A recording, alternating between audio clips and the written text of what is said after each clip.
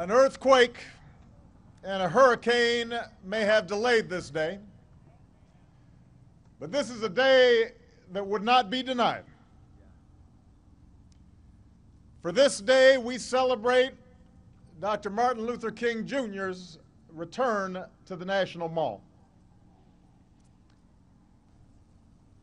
A black preacher, no official rank or title, who somehow gave voice to our deepest dreams and our most lasting ideals.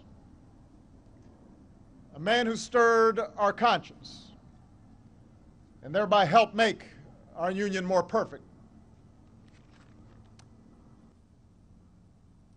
I raise all this because nearly 50 years after the March on Washington, our work, Dr. King's work, is not yet complete.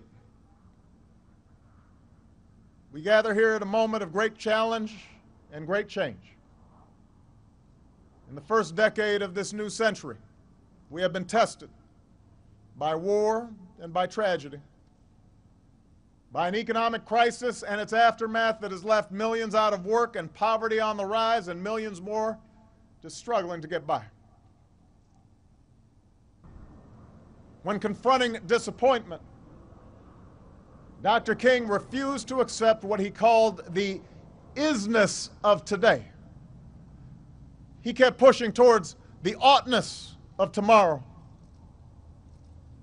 And so as we think about all the work that we must do, rebuilding an economy that can compete on a global stage, and fixing our schools so that every child, not just some, but every child gets a world-class education, and making sure that our healthcare system is affordable and accessible to all, and that our economic system is one in which everybody gets a fair shake and everybody does their fair share. Let us not be trapped by what is. We can't be discouraged by what is.